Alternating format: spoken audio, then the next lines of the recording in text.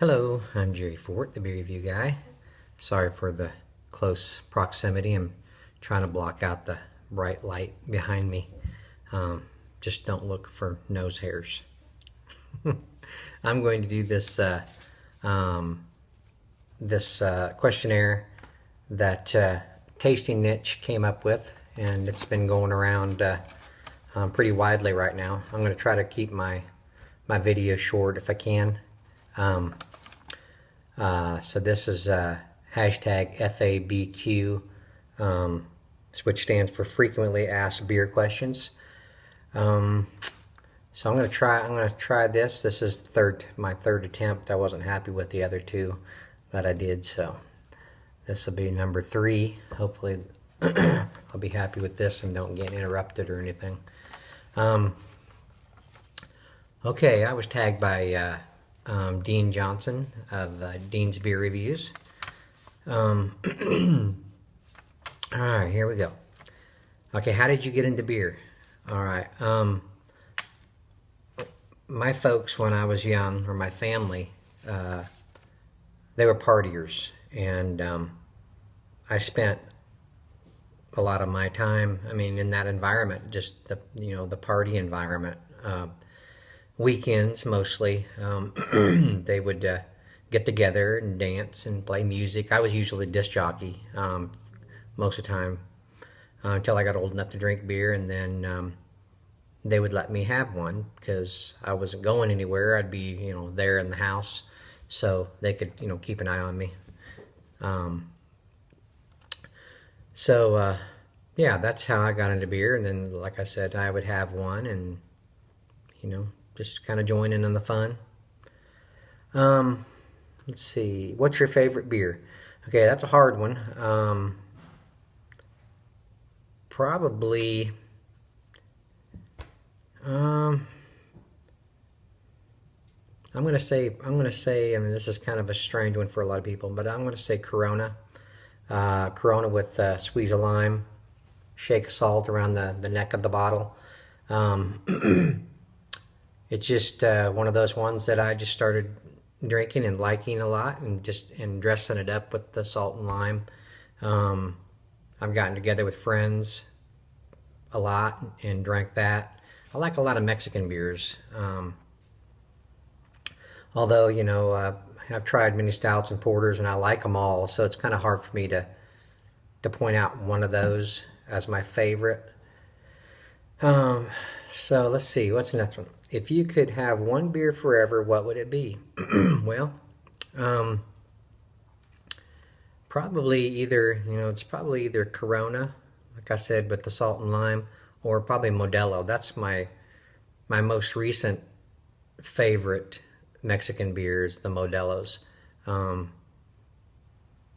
Back when I kind of kept myself on a beer budget, every time I get paid, that's what I would go get, is a 6-pack of Modelo and a 6-pack of something else, usually like a Labatt's or St. Pauli Girl or something like that. Trying to keep that light out. Let's see. How can you drink so much and stay healthy? Well, I'm not healthy. So I'm not staying healthy. Yeah, I'm a chubby guy. I'm a little over, I'm 51 years old. I don't get out and exercise as much as I used to. I am trying to figure out a way to change that. At my new job, there's a walking area that I can get out and get some more exercise. So I'm going to do that.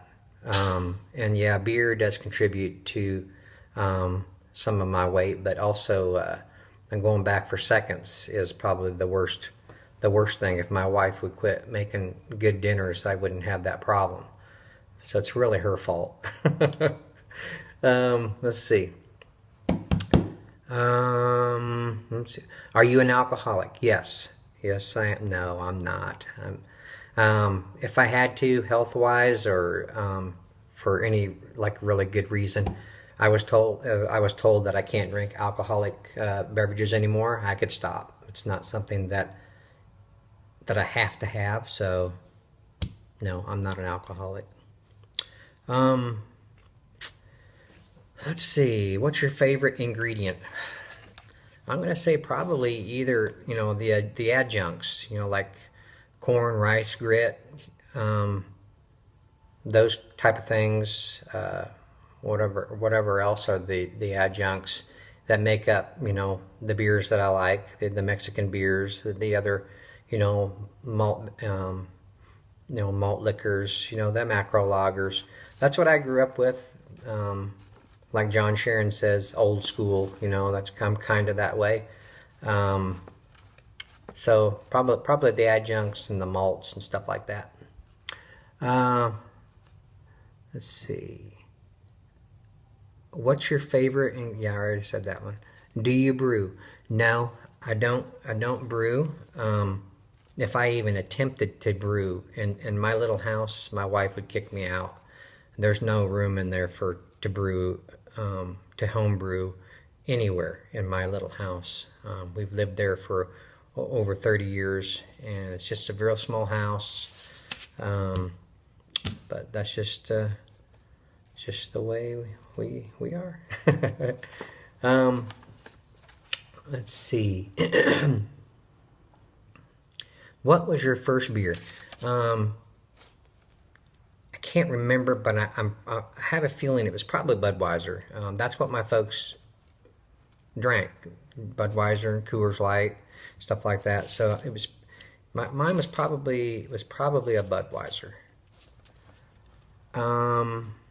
Let's see. Who in the beer world do you look up to? You know, it's hard to. I mean, it's not really hard to say because I'm not familiar with who people have been talking about. Tasting Nitch and Rod J mentioned Michael Jackson. I'm not familiar with him. Familiar with the singer, but not that beer gentleman that passed away.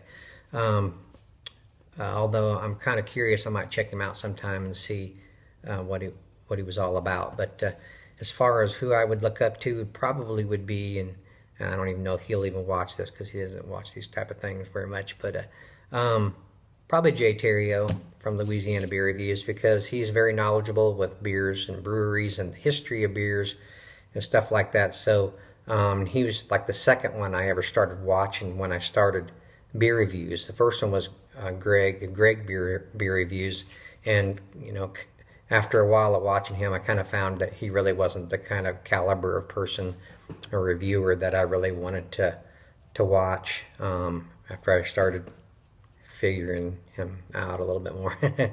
But yeah, probably Jay Terrio. Let's see. Was that it? Yeah.